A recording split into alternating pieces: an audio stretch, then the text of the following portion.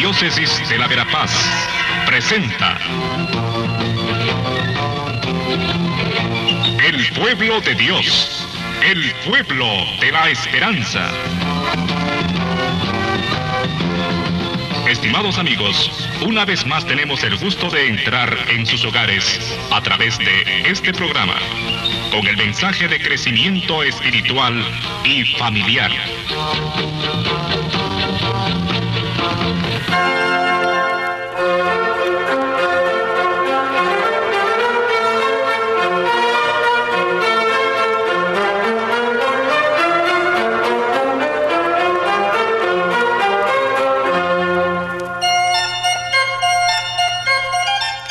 Saludos cordiales amigos, amigas, de nuevo en nuestro encuentro semanal en el pueblo de Dios, el pueblo de la esperanza.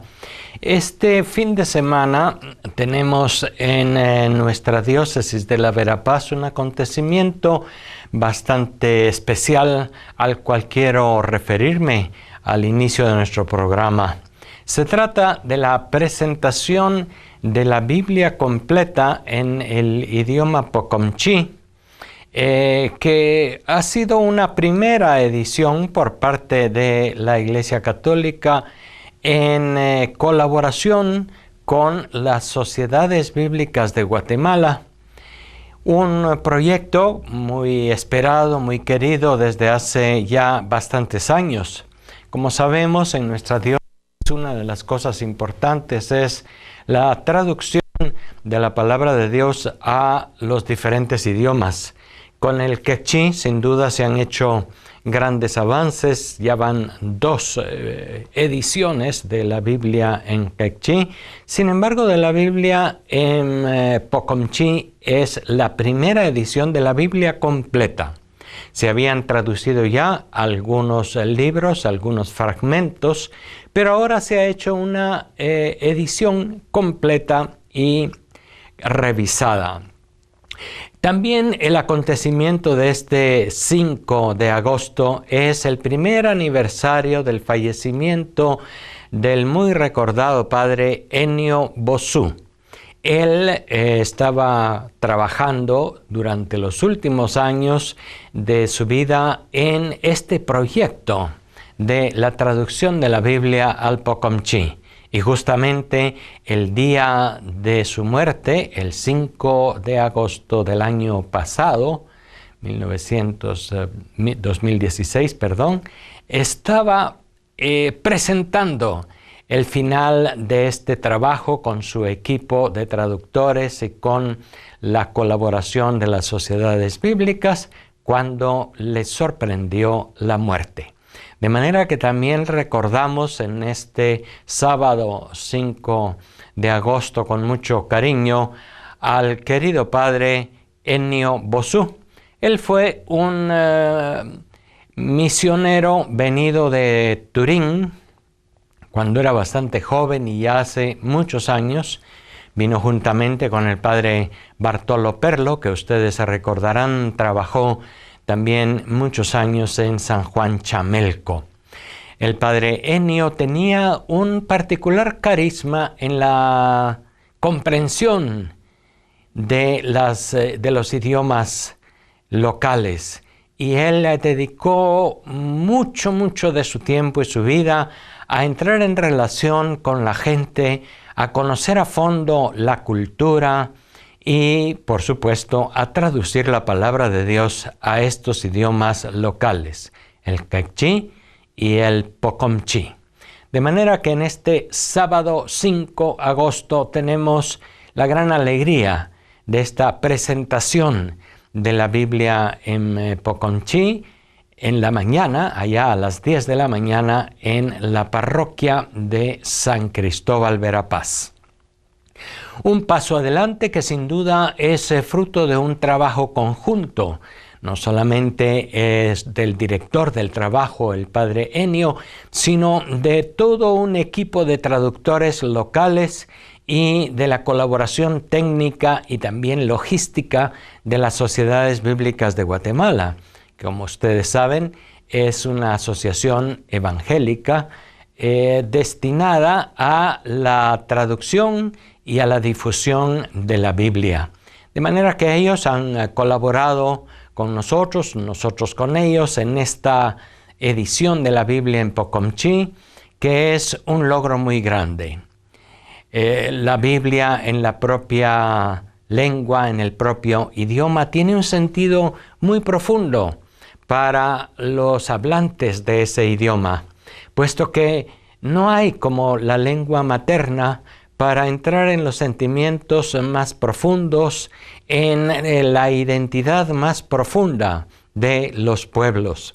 Por lo tanto, la diócesis de la Verapaz se siente muy satisfecha y muy agradecida a Dios, al Padre Ennio, a todo el equipo, a las sociedades bíblicas que pues han hecho este trabajo con tanto esfuerzo y hoy se entrega al pueblo de Dios este fin de semana, sábado 5, se entrega al pueblo de Dios Pocomchi allá en San Cristóbal.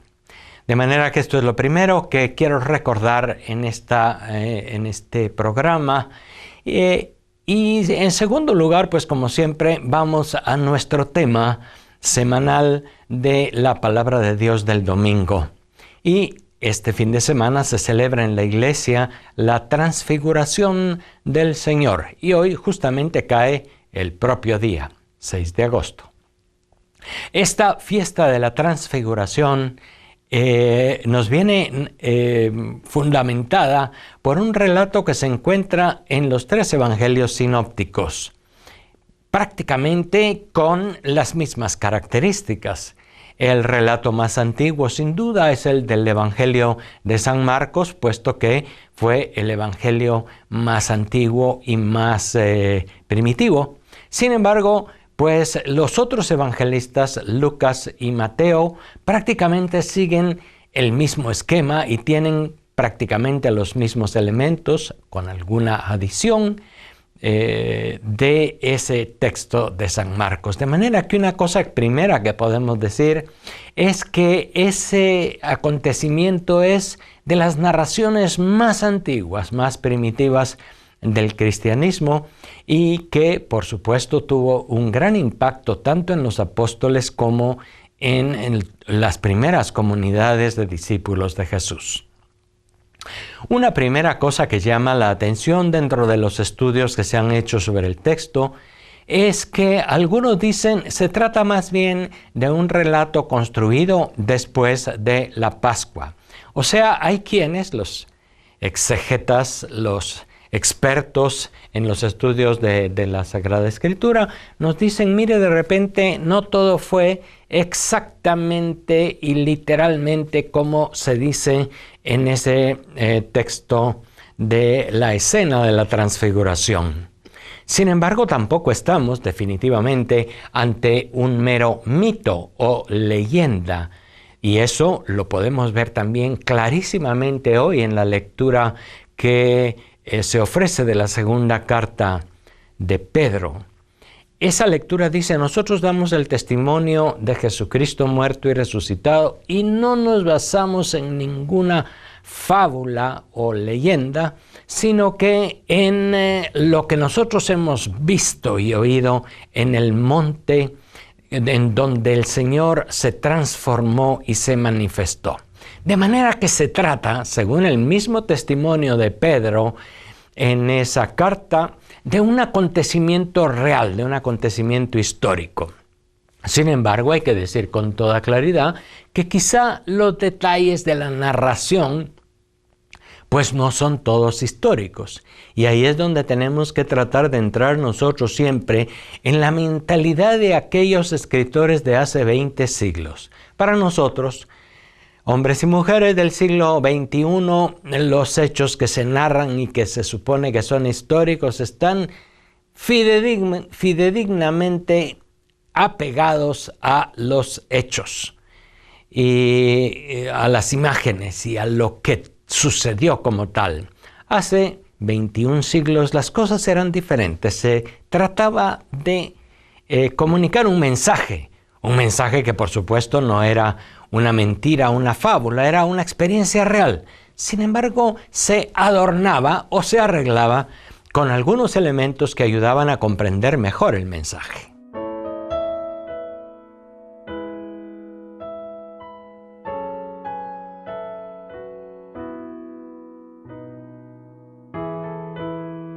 Así pues, la narración de la transfiguración que encontramos en San Mateo, en San Marcos y San Lucas tienen algunos elementos que son para ayudarnos a entender bien y a entender mejor el mensaje. Podemos decir también entonces, con bastante confiabilidad, que la escena en conjunto fue escrita después de la Pascua, ya cuando los apóstoles habían entendido mejor todo.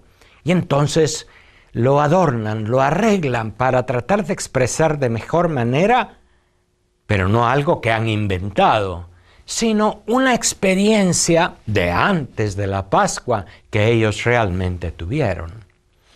Nos entendemos. Se trata, por lo tanto, de un hecho, de una experiencia que los apóstoles tuvieron antes de que Jesús muriera en la cruz y resucitara, cuando todavía estaban de camino, cuando todavía iban hacia Jerusalén, cuando todavía tenían en su corazón una serie de dudas, inquietudes, incertidumbres. Pero se trata de una experiencia real de los discípulos. Y en particular nos dice el texto de Pedro, Santiago y Juan, aquellos que han sido como el círculo más cercano a Jesús, los amigos más íntimos, los confidentes más especiales. Pedro, Santiago y Juan acompañan a Jesús en una subida a un monte. Actualmente se habla del monte Tabor o el monte de la Transfiguración, que ya en los tiempos antiguos era un lugar importante de culto. Y es en esa experiencia, ellos van siguiendo a Jesús, ellos han entendido bastante su mensaje, ellos en un momento han decidido subir con él a Jerusalén. Pero por otra parte en sus corazones hay también inquietudes, temores, dudas. En Jerusalén ellos quizá estaban pensando, tal vez nos espera el triunfo y la aclamación y la manifestación de Jesús como Mesías, pero también tenían en su corazón dudas. Quizá en Jerusalén nos espera también a nosotros y a Él la muerte, la persecución, el fracaso más rotundo de esto en lo que hemos puesto nuestras esperanzas. Sin embargo, van siguiendo a Jesús, le van acompañando, confían en Él. Y es allí en donde se sitúa el principal motivo de este momento de la transfiguración. Todo cristiano en su caminar de seguimiento de Jesús, en su compromiso cristiano, pues sin duda que pasa por momentos de duda, de oscuridad y de mucha inquietud. Cuando las amenazas parecen crecer, cuando el ambiente circundante es incluso hostil, o por lo menos cuando es indiferente. En el corazón de los discípulos surgen dudas sobre la autenticidad de aquel mensaje. Y es en ese camino de Jerusalén en donde Pedro, Santiago y Juan en un determinado momento tuvieron una experiencia muy fuerte de Jesús. Que después de la muerte y resurrección de Jesús, pues dijeron, aquello en lo que habíamos caído en la cuenta es verdad. Y lo manifestaron y lo expresaron. Y San Marcos y los otros evangelistas lo arreglaron también con varios elementos que expresan, repito, la experiencia profunda de Pedro, Santiago y Juan en aquel monte de la Transfiguración. Hay varios signos o símbolos que arreglan la narración y que nos ayudan a explicar cuál fue la experiencia de los apóstoles. Los apóstoles en un determinado momento sintieron y percibieron a Jesús en continuidad, en sintonía con los profetas y con la ley del Antiguo Testamento. Ahí estaba su raíz, ahí estaba su fundamento. Y es por eso que se aparecen hablando con Jesús Moisés y Elías. que son los representantes o los símbolos de la ley y de los profetas, dos pilares de toda la religión judía en el Antiguo Testamento. Los libros de la Torá, en los cuales había tenido una mano muy particular Moisés, Génesis, Éxodo, Levítico, Números y Deuteronomio, y luego todos los profetas del Antiguo Testamento manifestados en Elías, considerado uno de los más grandes profetas y al que el mundo judío esperaba que retornara antes de la llegada del Mesías. De manera que esa simbología, ese trasfondo del Antiguo Testamento que está presente en la Transfiguración es muy importante. No hay duda de que Pedro, Santiago y Juan y los otros discípulos reconocieron en Jesús a alguien que traía una novedad muy grande, que anunciaba la venida definitiva del reino de Dios. Pero al mismo tiempo le reconocieron como aquel que llevaba a culmen, a realización plena, todo lo anunciado en las Escrituras del Antiguo Testamento. Llevaba a perfección la ley del Antiguo Testamento y llevaba a perfección el anuncio de los grandes profetas del Antiguo Testamento. Ellos en su existencia con Jesús ya habían descubierto bastante de esas situaciones. Por supuesto que después el arresto, la condena y la ejecución de Jesús en la cruz fueron un trauma muy grande que les hicieron huir y que les hicieron abandonar a Jesús en el momento más crítico en Jerusalén. Sin embargo, después de la resurrección, los discípulos volvieron a caer en la cuenta, ayudados por el Espíritu, ayudados por el mismo Jesús resucitado, de las cosas que antes ya habían visto en cierto modo, aunque no habían creído con todas las fuerzas de su corazón. Es interesante notar y preguntarse, ¿por qué? Si Pedro, Santiago y Juan habían tenido una experiencia, una teofanía tan clara, decimos, como una manifestación divina tan clara de Jesús ahí en la Transfiguración, ¿cómo fue que después le abandonaron? Es una pregunta que también se puede hacer. Juan estaba al pie de la cruz, sí, pero Pedro y Santiago no. De manera que la explicación puede ir por allí, ¿verdad? La explicación puede decirnos, fue realmente después de la Pascua, después de la muerte y resurrección, que los discípulos comprendieron bien a Jesús y recordaron lo que habían ya descubierto de él antes de la Pascua. Ellos descubren pues esta sintonía, esta continuidad, pero al mismo tiempo esta novedad de Jesús en relación con el Antiguo Testamento, con la ley y los profetas.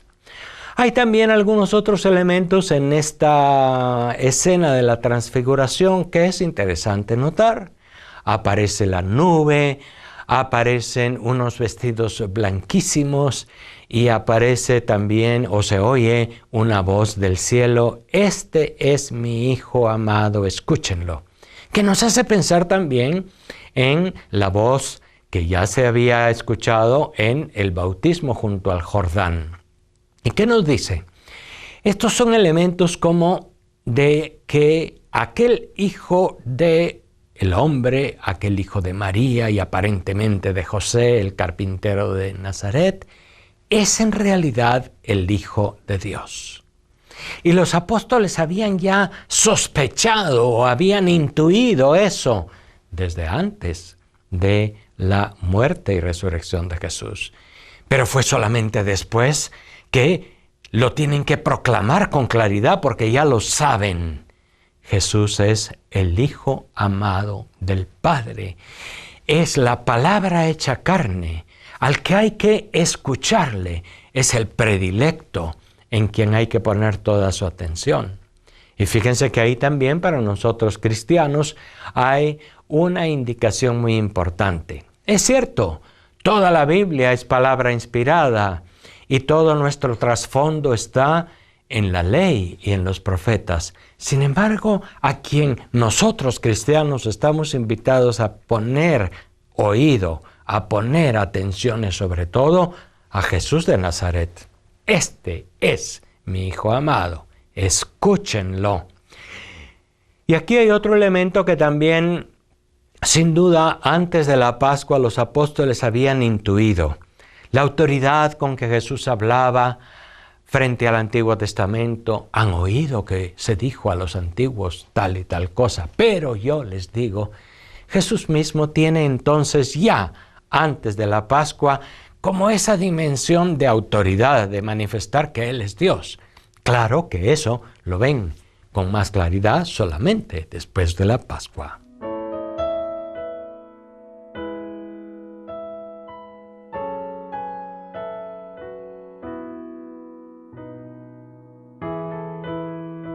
Otro de los símbolos que aparecen en esta escena, una escena que, como hemos dicho, ha sido una narración un poco arreglada, pero que tiene su base en la experiencia de Jesús antes de la Pascua. Otro elemento es la nube. Fíjense ustedes que en el Antiguo Testamento, cuando Moisés sube al Sinaí para recibir las tablas de la ley antigua, una nube le cubre.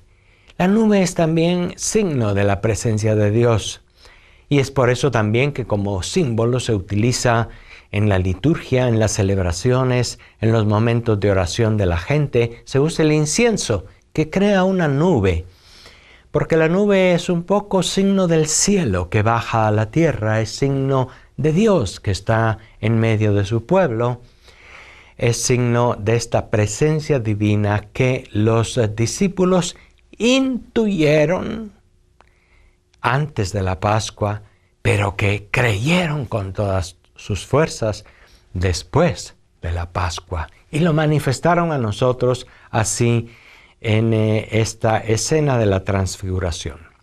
Por eso, esta escena es muy importante como manifestación de quién es Jesús. Es el Hijo de Dios, es el Mesías anunciado por los profetas, es el que lleva a cumplimiento la ley, es el que hace dar un paso más adelante de todo el Antiguo Testamento. Esta presencia llena de luminosidad, estos vestidos blancos, nos manifiestan también esta gloria, esta belleza divina de Jesús, que sin duda los discípulos tampoco vieron con toda claridad antes de la Pascua. No lo vieron con toda claridad, pero ya lo habían experimentado, ya lo habían intuido. Eso es lo que nos quiere decir a nosotros ese texto. Para hacer bien nuestra lectura de la palabra de Dios, nuestra lección divina, es necesario también pensar qué me dice a mí, qué nos dice a nosotros, a qué nos lleva este texto de la transfiguración. Yo creo que en primer lugar, este texto nos lleva a todos y todas a renovar nuestra fe, nuestra confianza en Jesús. Jesús siempre nos pedirá una adhesión confiada.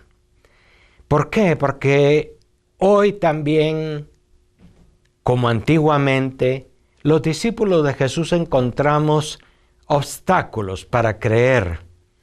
A veces el reino de Dios anunciado por Jesús y anunciado por nosotros también parece que no crece.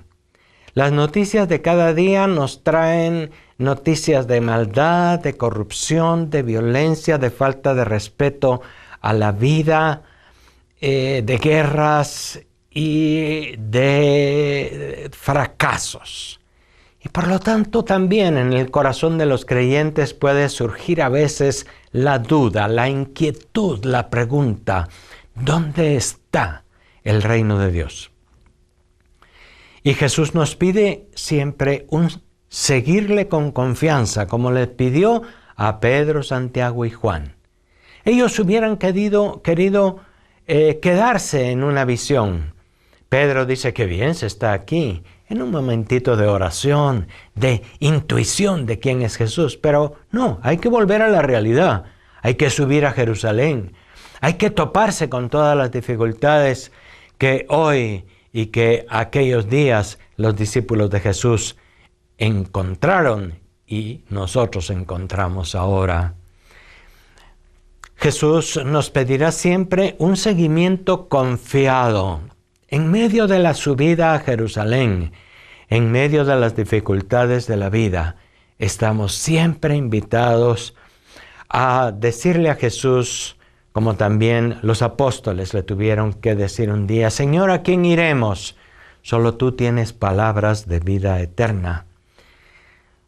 Cuando Jesús, ante las dificultades de los discípulos, muchos lo dejaron, también preguntó a los que quedaban, ¿también ustedes quieren irse? Y esa fue la respuesta de los discípulos, la respuesta que también a nosotros, quizá en medio de las pruebas y dificultades, se nos pide también hoy. Señor, ¿a quién iremos? Seguiremos contigo en el camino. Ayúdanos a ser fieles.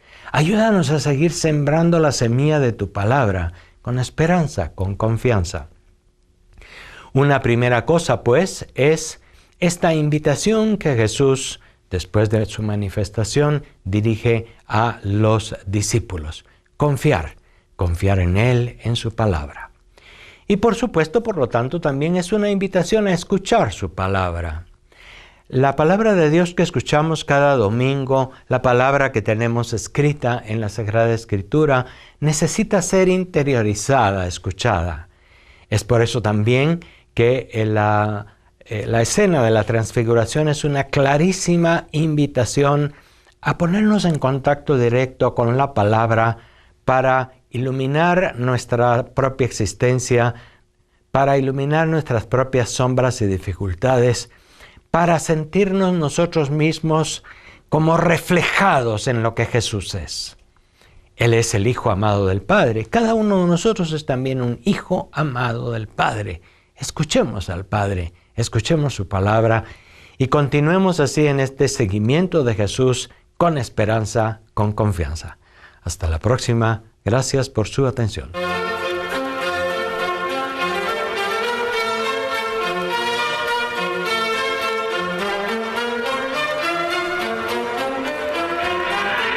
La Diócesis de la Verapaz presentó